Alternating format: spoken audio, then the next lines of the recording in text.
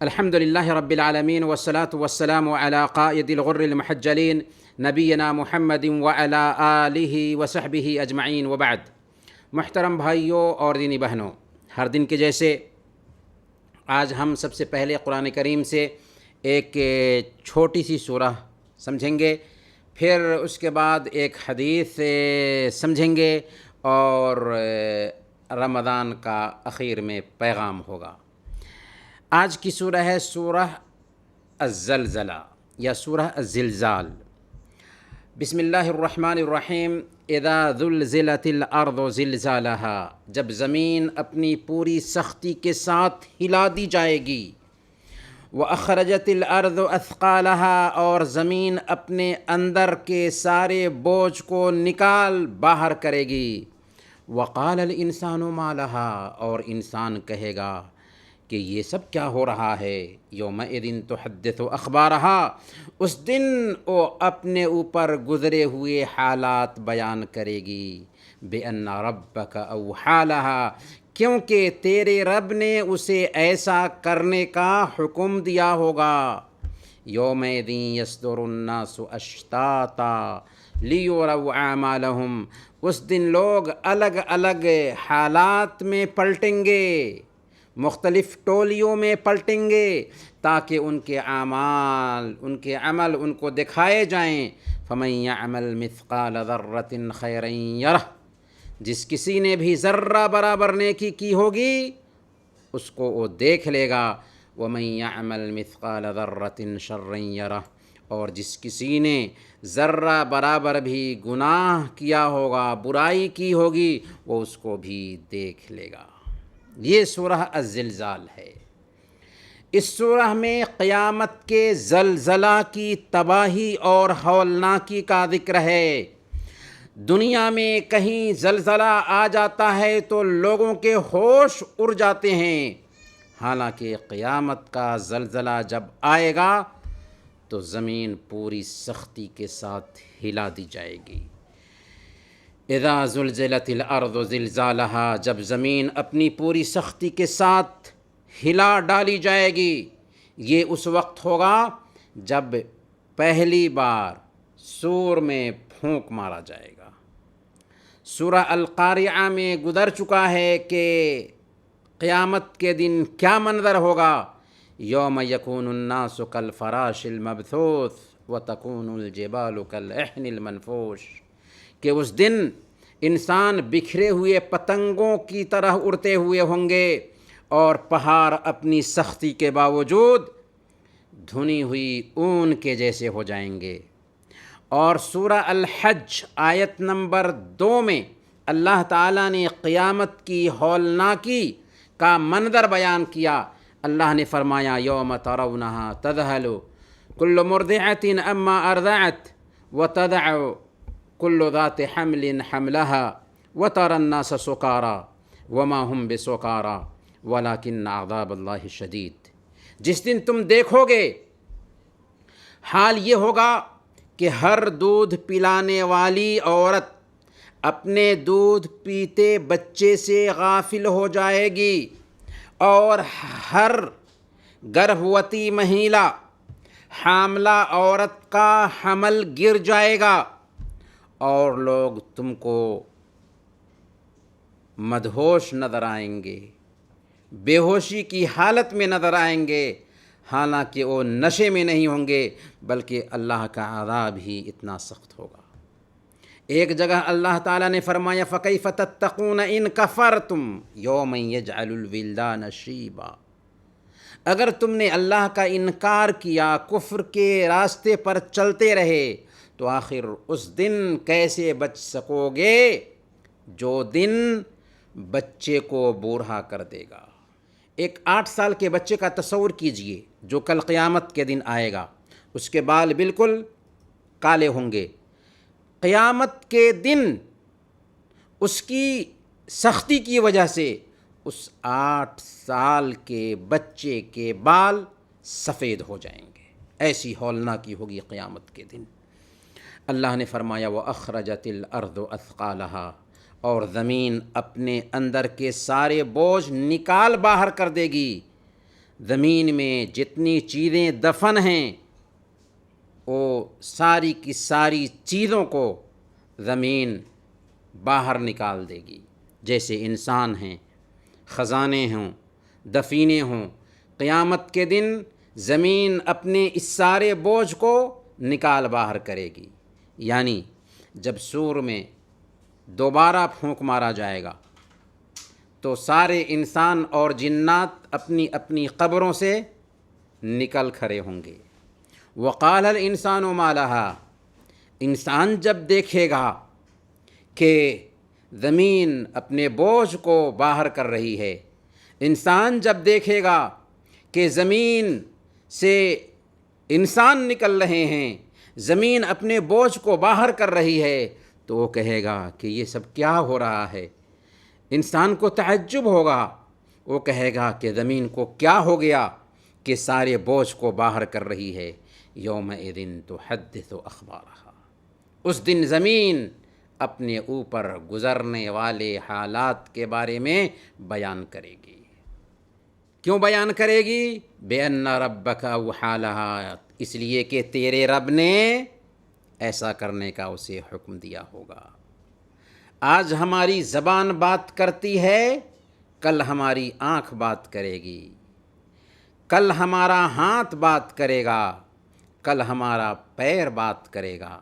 سنن ترمذی کی روایت ہے، اللہ کے رسول صلی اللہ علیہ وسلم نے جب یہ آیت کریمہ تلاوت کی یومئذ تحدث اخبارہا، تو آپ نے فرمایا تھا اتدرون ما اخبارہا، کہ میرے صحابہ کیا تم جانتے ہو کہ زمین کی خبریں کیا ہیں؟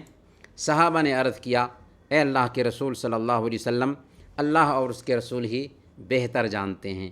آپ صلی اللہ علیہ وسلم نے فرمایا تھا فَإِنَّ أَخْبَارَهَا أَن تَشْهَدَ عَلَى كُلِّ عَبْدٍ وَأَمَةٍ بِمَا عَمِلَ عَلَى ظَهْرِهَا أَن تَقُولَ عَمِلَ كَذَا وَكَذَا يَوْمَ كَذَا وَكَذَا فَهَذِهِ أَخْبَارُهَا، زمین کی خبریں یہ ہیں کہ جس بندے نے اور جس بندی نے زمین کی پیٹھ پر جو کچھ بھی کیا ہوگا، زمین اس کی گواہی دے گی کہ فلاں فلاں آدمی نے فلاں فلاں عمل فلاں فلاں دن کیا تھا۔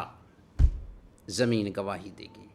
جی ہاں، زمین کل قیامت کے دن بات کرے گی، جیسے ہمارے اعضاء اور جوارح بھی کل قیامت کے دن بات کرنے والے ہیں۔ اللہ نے فرمایا الیوم نختم علی افواہہم وتکلمنا ایدیہم وتشہد ارجلہم بما کانوا یکسبون، آج کے دن ہم ان کی زبان پر مہر ڈال دیں گے۔ کچھ لوگ دادا گیری کرنا شروع کر دیں گے، میں نے ایسا نہیں کیا، میں نے ویسا نہیں کیا۔ اللہ زبان پر مہر ڈال دے گا۔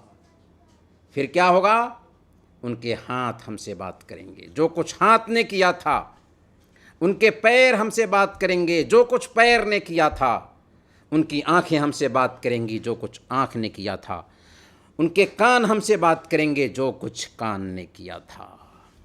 یومئذ یصدر الناس اشتاتا، اس دن لوگ اپنی اپنی قبروں سے نکل کر میدان محشر میں یا حساب و کتاب کے لیے الگ الگ ٹولیوں میں مختلف جماعتوں میں بٹ کر لوٹیں گے، حاضر ہوں گے۔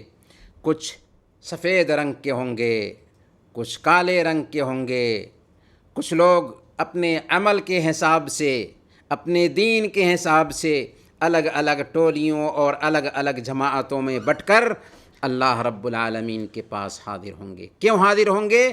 لیوروا اعمالہم، لیوروا اعمالہم، تاکہ ان کے اعمال ان کو دکھائے جائیں۔ انسان نے اس دھرتی پر جو کچھ بھی کیا ہوگا، جتنا بھی کیا ہوگا، سب کے سب اس کے سامنے اسکرین کے طور پر پیش کر دیے جائیں گے۔ فَمَن يَعْمَلْ مِثْقَالَ ذَرَّةٍ خَيْرًا يَرَهُ، جس کسی نے ذرہ برابر بھی بھلائی کی ہوگی، خیر کیا ہوگا، اچھائی کی ہوگی، کل قیامت کے دن اس کو وہ دیکھ لے گا، ذرہ برابر بھی خیر کو دیکھ لے گا۔ وَمَن يَعْمَلْ مِثْقَالَ ذَرَّةٍ شَرًّا يَرَهُ، اور جس کسی نے ذرہ برابر بھی برائی کی ہوگی، گناہ کیا ہوگا، اس گناہ کو، اس برائی کو بھی وہ دیکھ لے گا۔ ذرہ کسے کہتے ہیں؟ بعض کے نزدیک ذرہ چیونٹی سے بھی چھوٹی چیز کو ذرہ کہتے ہیں، اور بعض اسلامی ودوانوں نے کہا کہ ذرہ اس کو کہتے ہیں کہ سورج کی روشنی میں سوراخ سے جو ذرات نظر آتے ہیں گرد و غبار کے، وہی ذرہ ہے۔ سورج کی روشنی بہت تیز ہو اور کھڑکی میں ہلکی سی سوراخ ہو، اس سوراخ سے ہلکی سی روشنی آ رہی ہو، اس میں جو ذرات ظاہر ہوں گے وہی دراصل ذرہ ہے جو اللہ رب العالمین نے یہاں پر بیان کیا، فَمَن يَعْمَلْ مِثْقَالَ ذَرَّةٍ خَيْرًا يَرَهُ، جس کسی نے ذرہ برابر بھلائی کی ہوگی اسے وہ دیکھ لے گا، اور جس کسی نے ذرہ برابر برائی کی ہوگی وہ بھی اس کو دیکھ لے گا۔ مطلب یہ ہے کہ اگر انسان نے ہلکی سی ہلکی نیکی بھی کی ہوگی، اسے کل قیامت کے دن اللہ تعالیٰ کے ہاں دیکھ لے گا، اور ہلکا سا گناہ بھی کیا ہوگا اسے کل قیامت کے دن اللہ کے پاس دیکھ لے گا۔ جس نیکی کو اس نے معمولی سمجھ کر بھلا دیا تھا، کل قیامت کے دن اس کے سامنے وہ نیکی ظاہر ہوگی۔ جس گناہ کو اس نے معمولی سمجھ کر نظر انداز کیا تھا، کل قیامت کے دن وہ گناہ بھی اس کے سامنے ظاہر ہوگا۔ اس لیے بندے کو چاہیے کہ ہر وقت اپنے ذہن میں یہ بات بیٹھائے رہے کہ ایک دن اسے مرنا ہے، اپنے رب کے پاس حاضر ہونا ہے، حساب و کتاب چکانا ہے، پھر انجام کار یا تو جنت کی نعمتیں ہوں گی یا جہنم کا عذاب ہوگا۔ فیصلہ ایک آدمی کے ہاتھ ہو کہ وہ جنت میں جانا چاہتا ہے یا جہنم میں جانا چاہتا ہے۔ جنت میں جانا ہے تو جنت کی تیاری کرنی ہے، اور جہنم میں جانا ہے تو بے فکری کی زندگی گزارنی ہے۔ اللہ تعالی ہم سب کی حفاظت فرمائے۔ آگے چلتے ہیں آج کی حدیث کی طرف۔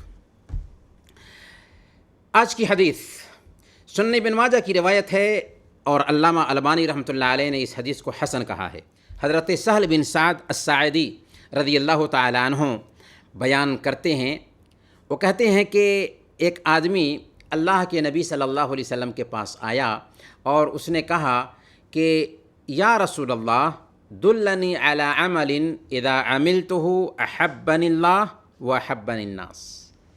اے اللہ کے رسول صلی اللہ علیہ وسلم، مجھے کوئی ایسا عمل بتائیے جسے میں کروں تو اللہ تعالیٰ مجھ سے محبت کرنے لگ جائے اور لوگ بھی مجھ سے محبت کرنے لگ جائیں۔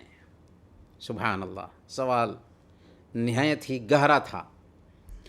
اللہ کے نبی صلی اللہ علیہ وسلم نے فرمایا، ازہد فی الدنیا یحبک اللہ وازہد فیما عند الناس یحبک الناس۔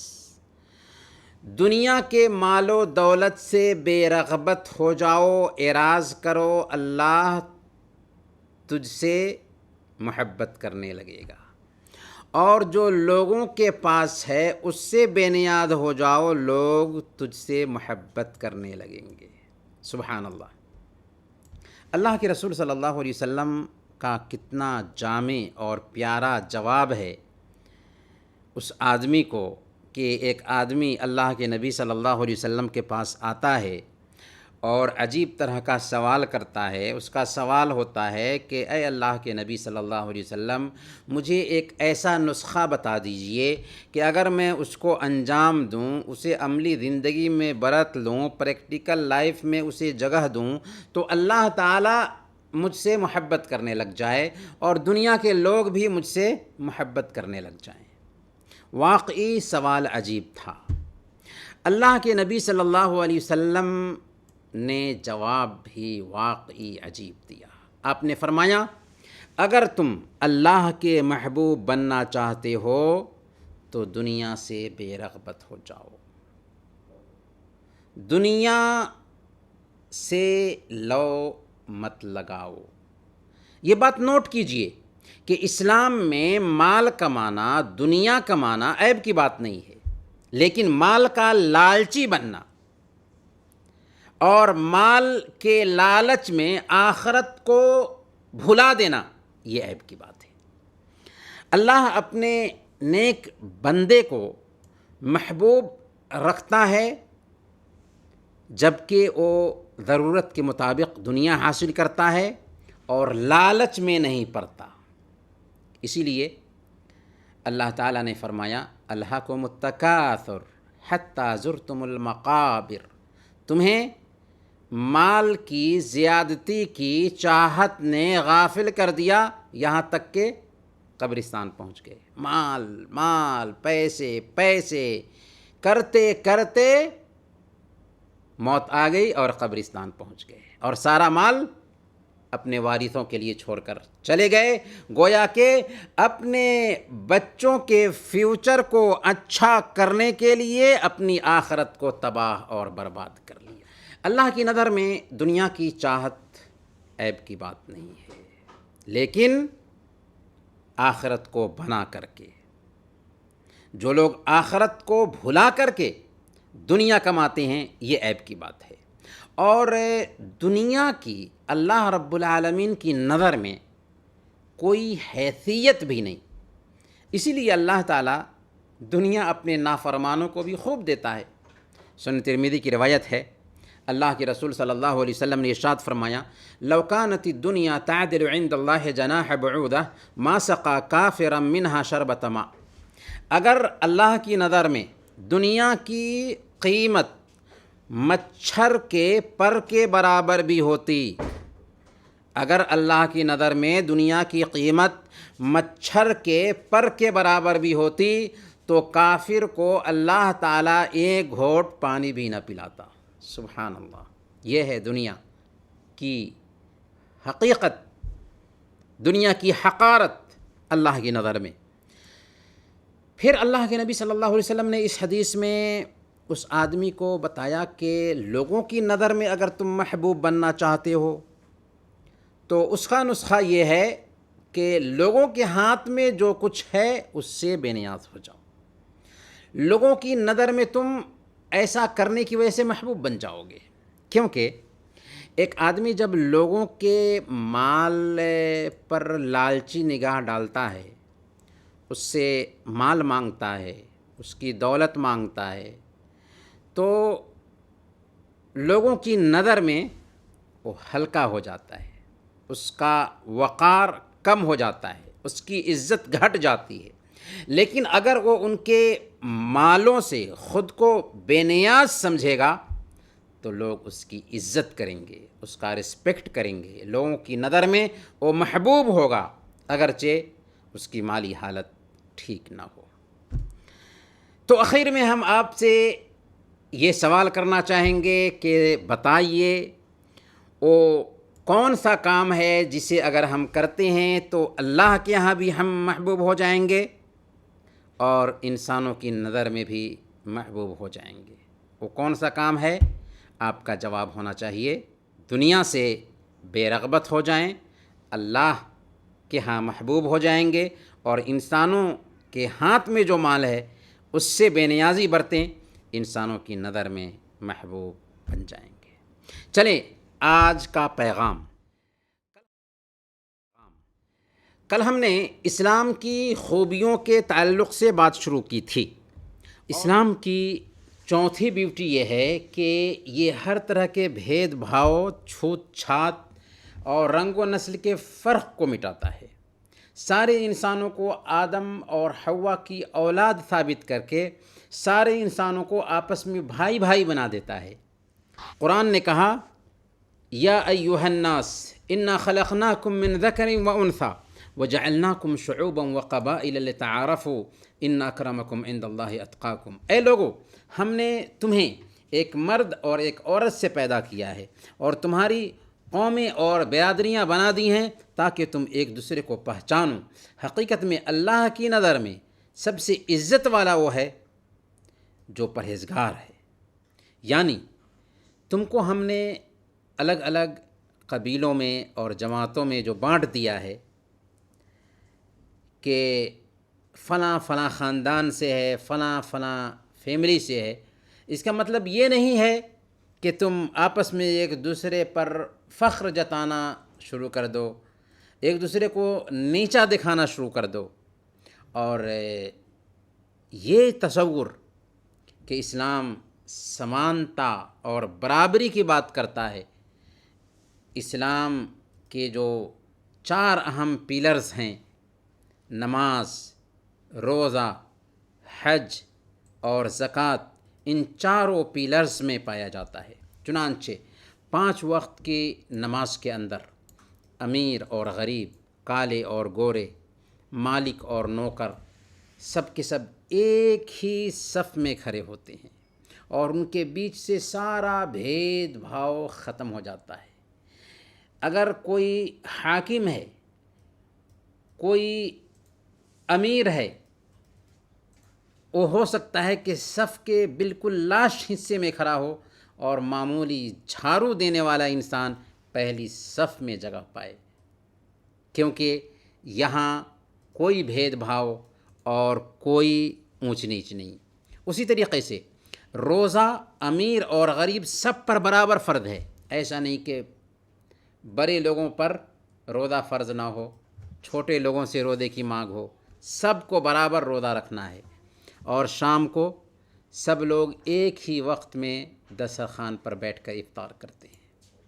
زکوٰۃ کو دیکھیں کہ سال میں ایک مرتبہ مالداروں پر واجب ہوتی ہے، جس کے ذریعہ فقیروں کے ساتھ سہانوبھوتی کا معاملہ ہوتا ہے، مواسات اور غمخواری کا معاملہ ہوتا ہے، اور عجیب طریقے سے مالداروں اور غریبوں کے بیچ پیار اور پریم کا واتاورن بنتا ہے۔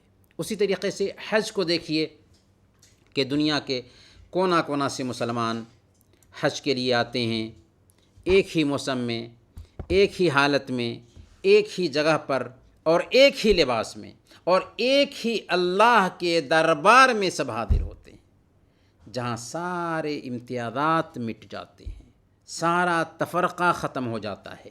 امریکہ میں افریقی نسل کے لوگوں کا مشہور لیڈر میلکم ایکس مسلمان ہونے کے بعد جب حج کو گیا تو اس نے دیکھا کہ ایشیا، یورپ، افریقہ اور امریکہ، ہر جگہ کے لوگ، ہر نسل کے لوگ وہاں پر حاضر ہیں، اور سارے مسلمانوں کا ایک ہی لباس ہے، ایک ہی گھر کی طرف سب کے سب قصد کر رہے ہیں، ایک ہی امام کے پیچھے سب کے سب نماز پڑھ رہے ہیں، اور ایک ہی ترانہ سب کی زبان پر ہے، لبیک اللہم لبیک، اور ان کے بیچ کوئی بھید بھاؤ نہیں پایا جاتا۔ تو یہ دیکھ کر انہوں نے کہا تھا کہ یہ ہے رنگ و نسل کے مسئلے کا اصل حل۔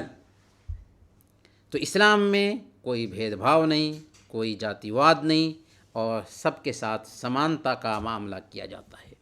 اسلام کی 5ویں بیوٹی یہ ہے کہ یہ انسانیت کے ساتھ انصاف کرنے والا دھرم ہے۔ آج انصاف کی بات ہوتی ہے تو اپنوں کے لیے، جبکہ اسلام دشمن کے ساتھ بھی انصاف کی بات کرتا ہے۔ سورہ المائدہ آیت نمبر 8، وَلَا يَجْرِمَنَّكُمْ شَنَآنُ قَوْمٍ عَلَىٰ أَلَّا تَعْدِلُوا اعْدِلُوا هُوَ أَقْرَبُ لِلتَّقْوَىٰ۔ کسی قوم کی دشمنی تمہیں اس بات پر آمادہ نہ کرے کہ تم انصاف کرنے سے پھر جاؤ، انصاف کرو، یہ تقوی سے زیادہ قریب ہے۔ اور خود جب آپ اللہ کے نبی صلی اللہ علیہ وسلم کی زندگی میں جھانک کر دیکھیں گے تو آپ کو پتہ چلے گا کہ آپ ہر جگہ پر انصاف کے پیکر بنے رہے۔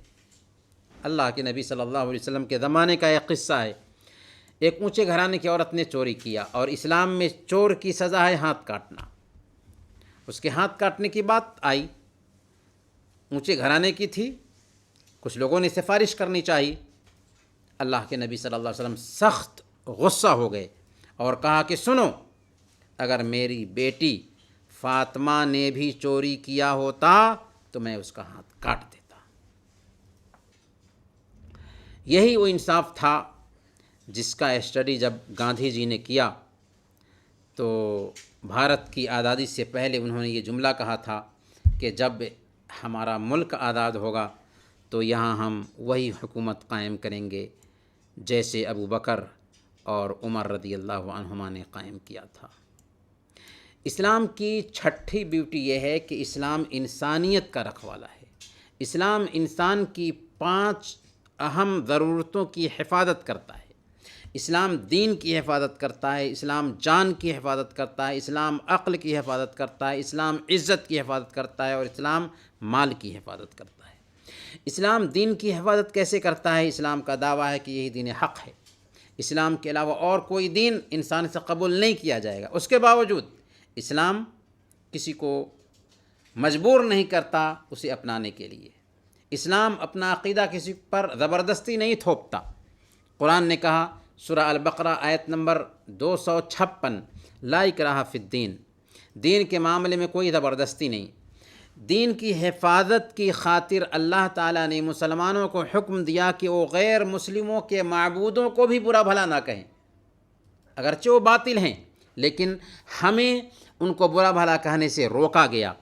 اللہ نے فرمایا سورہ الانعام آیت نمبر 108، وَلَا تَسُبُّوا الَّذِينَ يَدْعُونَ مِن دُونِ اللَّهِ فَيَسُبُّوا اللَّهَ عَدْوًا بِغَيْرِ عِلْمٍ، کہ جو لوگ اللہ کے علاوہ دوسروں کو پکارتے ہیں انہیں گالیاں مت دو، ہو سکتا ہے کہ وہ نہ جاننے کی وجہ سے اللہ کو گالیاں دینے لگے۔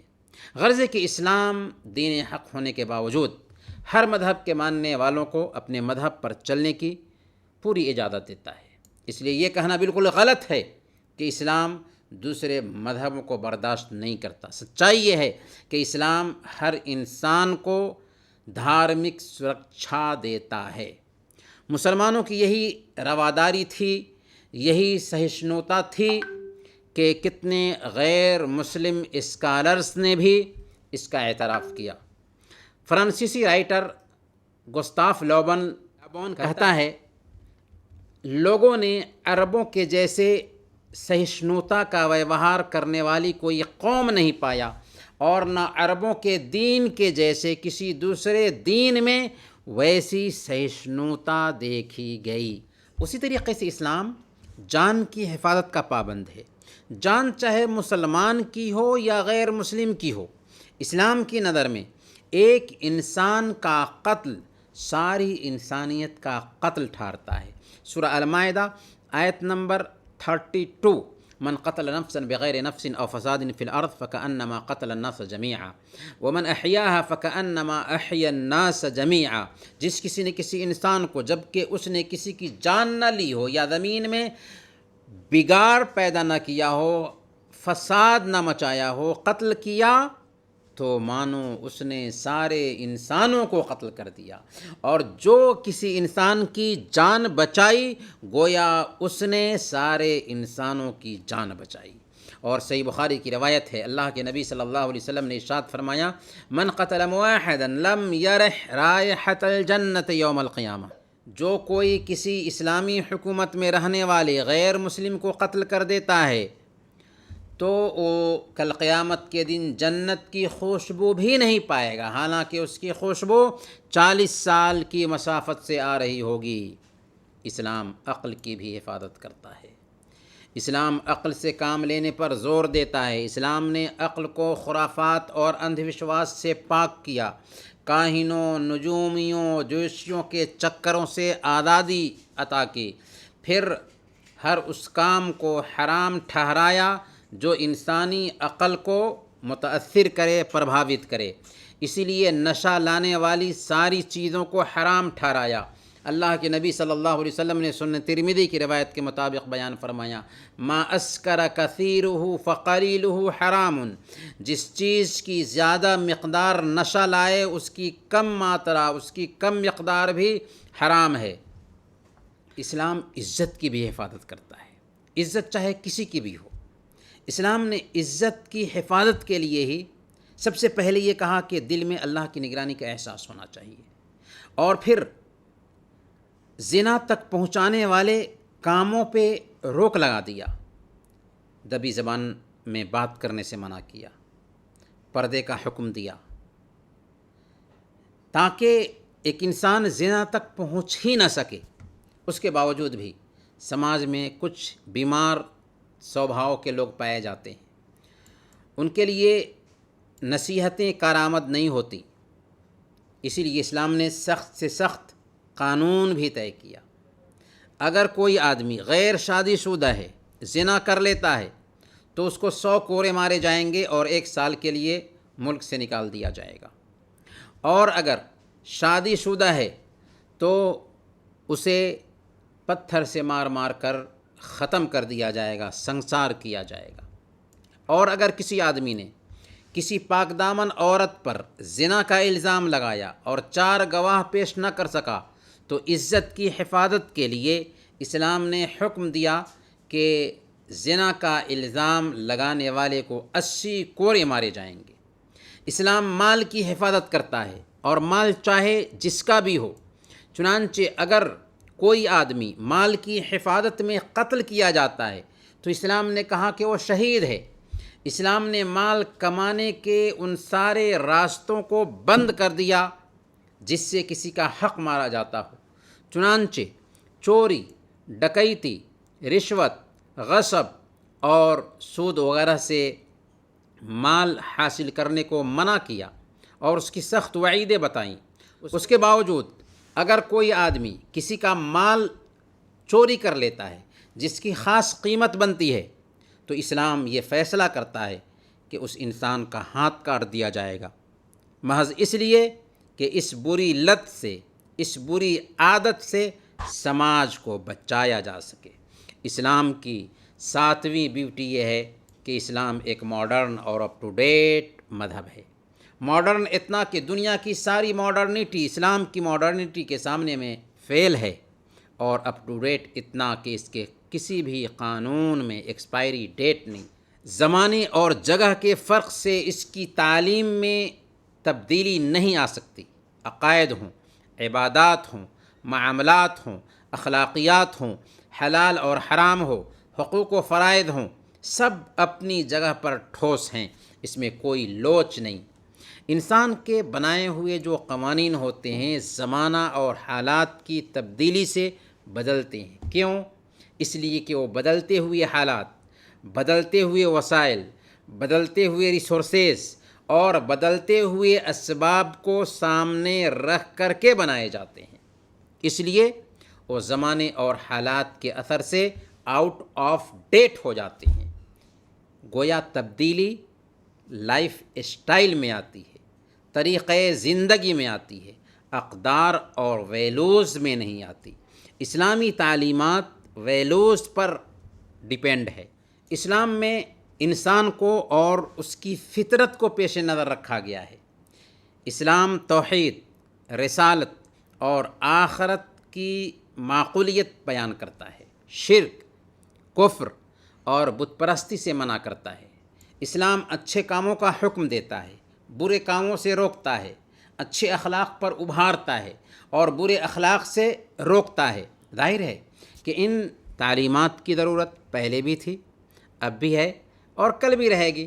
اس طرح حالات اور زمانے کی تبدیلی کا اسلامی شریعت پر کوئی اثر نہیں ہوتا۔ یہاں پر کوئی پوچھ سکتا ہے کہ جب اسلام ایک مکمل دین ہے تو آج کے ڈیٹ میں پیدا ہونے والے پرابلمز کا حل اسلام کیسے پیش کر سکتا ہے جن کا واضح حکم شریعت میں نہیں پایا جاتا؟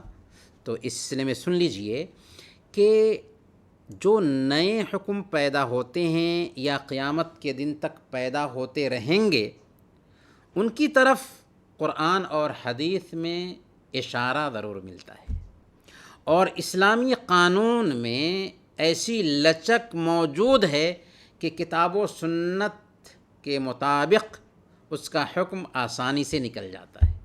یہاں پر کسی کے ذہن میں یہ سوال بھی پیدا ہو سکتا ہے کہ آج سے 1450 سال پہلے اترا ہوا قانون آج اپ ٹو ڈیٹ کیسے رہ سکتا ہے؟